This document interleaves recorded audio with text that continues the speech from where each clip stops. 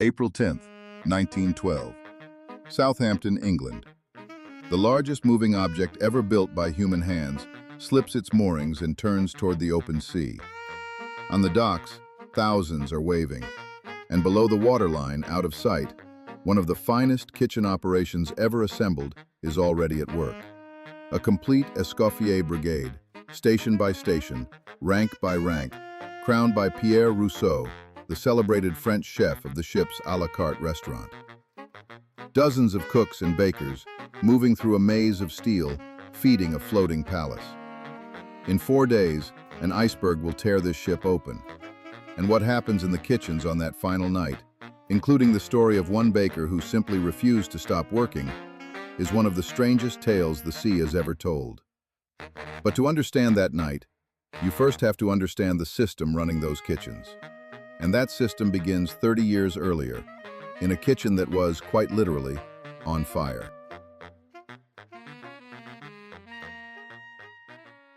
Imagine walking into the world's most famous restaurant in 1880. The kitchen is on fire. Not metaphorically, actually on fire. Chefs are screaming at each other in 3 different languages. A dish ordered an hour ago still isn't ready.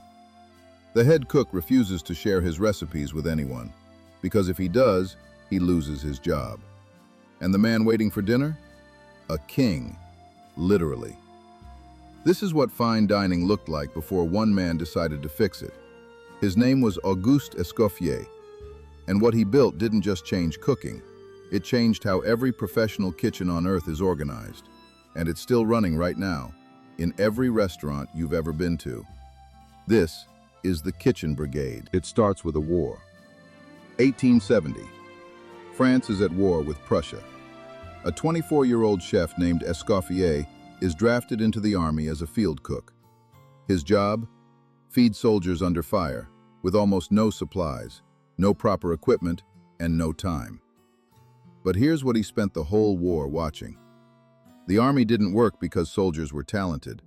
It worked because everyone had a role, a rank, a specific responsibility. When an order came down, it moved through the chain instantly. No one stopped to ask whose job it was. They already knew. Escoffier came home from that war with one idea that would change everything. What if a kitchen worked the same? Before Escoffier, professional kitchens were organized around one person, the head chef. He owned the recipes. He kept them secret, sometimes in his head, never written down, because his knowledge was his job security. If he left, the whole kitchen fell apart. And they all did things differently. One kitchen's bechamel was nothing like another's. A dish that took 20 minutes one night took an hour the next. If 3 tables ordered the same thing, they might get 3 completely different meals. Rich restaurants threw more money at the problem. It didn't help. The chaos wasn't about money, it was about structure, or the complete lack of it. Escoffier looked at that chaos and saw something no one else could see. A kitchen wasn't a collection of talented individuals. It was a production line. And production lines don't need genius. They need clarity. Every person knowing exactly what they're responsible for. Every station producing one type of output. No overlap, no confusion, no wasted motion. He sat down and designed it the same way an army commander designs a campaign. Stations, ranks, clear chains of command. He called it the Brigade de Cuisine, the Kitchen Brigade. Here's how it works. The kitchen is divided into stations, each one a specialty, each one staffed by a dedicated team. Garde Manger, the cold station, pâtés, terrines, salads, cold appetizers, the very first impression a table gets. The Saucier, the most prestigious station in any brigade. This is where the sauces are made, the mother sauces you already know, and where the most technically demanding work happens. The Saucier is the second most powerful person in the kitchen. And the Rotisseur, roasts, grills, fried dishes, everything cooked by direct, intense heat. The fire station, the one that smells so good it distracts the whole kitchen. Then the Poissonnier, fish only. That is the entire job. Nothing but fish, shellfish, and seafood. It sounds narrow until you realize how many preparations that covers, and how long it takes to master all of them. The entremetier handles vegetables, soups, and egg dishes. It's the station most chefs start at, and the one most underestimate. Then the patissier, the pastry chef. Bread, desserts, sugar work.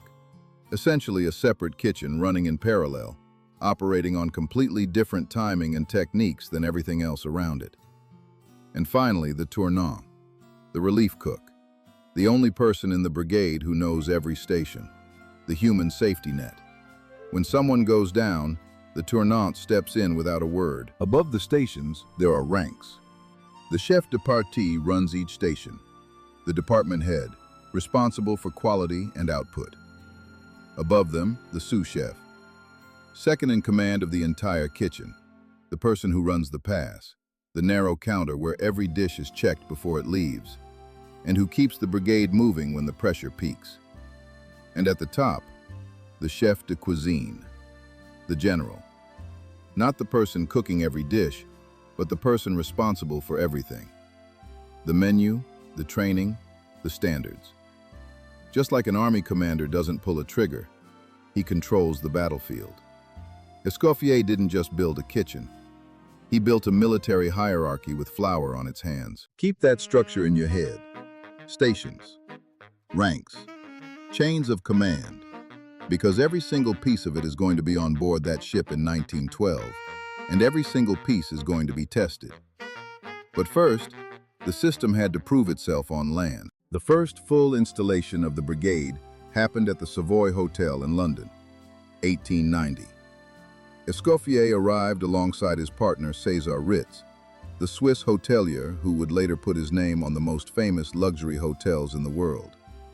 Together, they transformed the Savoy into the most celebrated address in Europe. The brigade worked exactly as designed. A kitchen that used to take 2 hours to serve a table was doing it in 20 minutes. The food was consistent, precise, night after night. The Prince of Wales became a regular, the Emperor of Germany. Sarah Bernhardt, the most famous actress on earth, had her own table. Not because the food was magical, because it was reliable. And for people who could eat anywhere on earth, reliable was rarer than magic. But the Savoy story doesn't end neatly. In 1898, both Escoffier and Ritz were fired, accused of accepting kickbacks from suppliers and embezzling food and wine from the hotel cellars. The scandal was enormous. But here's the thing. The system they built at the Savoy, the hotel kept running it, because it worked too well to abandon. Even their worst enemies couldn't argue with the result. By the time they left the Savoy, the brigade was already spreading. César Ritz opened the Ritz Hotel in Paris in 1898. The Carlton in London followed. Every kitchen they touched ran the brigade. And when European chefs began crossing the Atlantic to staff the grand hotels of New York, they brought the system with them. The Waldorf Astoria, the Plaza, Antoine's in New Orleans, one of the first American restaurants to formally adopt brigade structure. By the 1920s, every serious American kitchen was running a version of the system. Not because anyone was copying Escoffier out of respect, because it simply worked better than anything else. Here's what makes this genuinely remarkable. Walk into any professional kitchen right now, not a historical one, right now, tonight, in any city on earth. Find a kitchen with a Michelin star, or a 4-star hotel, or a culinary school teaching its first-week students. You will find the brigade. Every station, every rank, every role. Over 125 years since Escoffier designed it in the 1890s, and nothing has replaced it. Not open kitchens, not flat hierarchies, not the Silicon Valley startup model.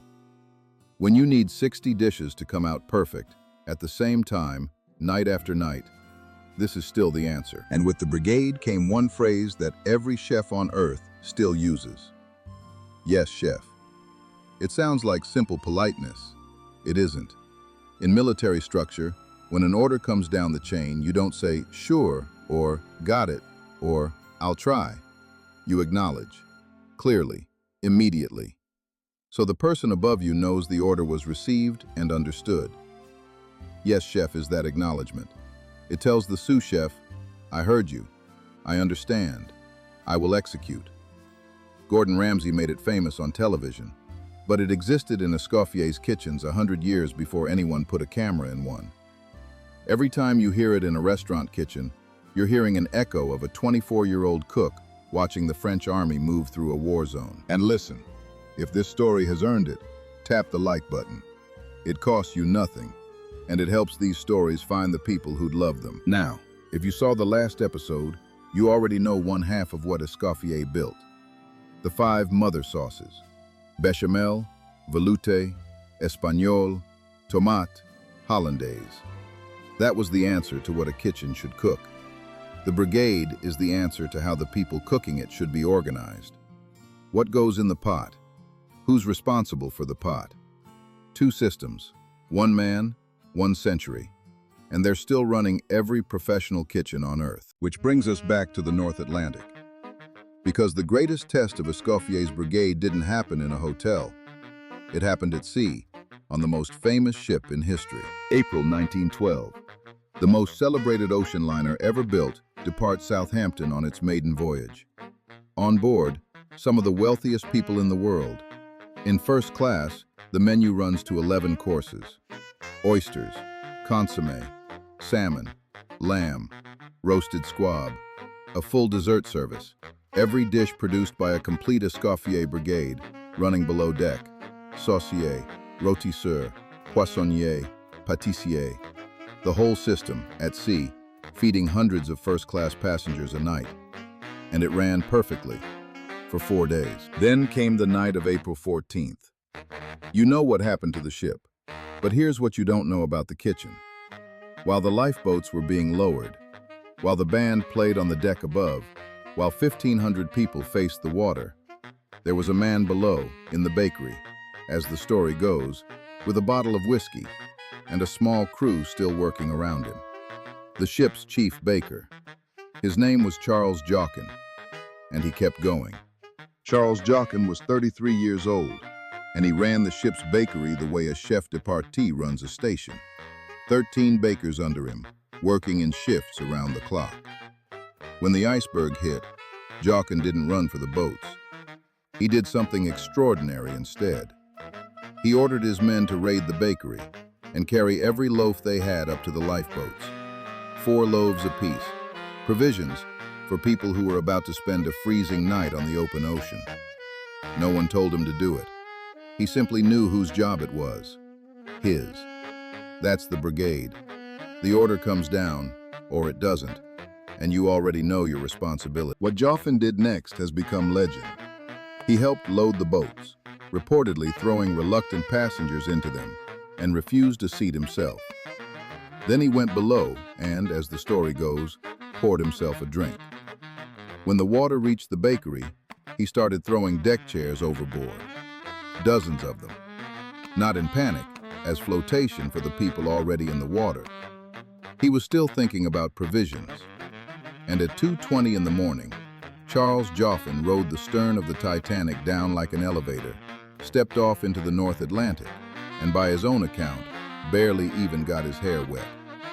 He treaded freezing water for hours, water that killed almost everyone in it within minutes. When dawn came, he swam to an overturned lifeboat, held on, and lived. The baker outlasted the ship. People love to credit the whiskey. Doctors will tell you alcohol should have made that water more deadly, not less. What actually saved Charles Jockin might be something simpler. A man so trained, so drilled in his role, that panic never got a vote. The brigade kept him working, provisions, flotation, duty, right up until the sea took the kitchen. Escoffier built a system for serving dinner. It turned out to be a system for keeping your head on the worst night the ocean ever saw. Next time on Culinary Origins. One night in New Orleans, Fat Tuesday, a dish named after the richest man in America, a cake with a baby hidden inside, and a hot dog cart so untouchable, it took the Supreme Court to challenge it. Subscribe so you don't miss it, And tell me in the comments, would you have kept baking? See you in the next one.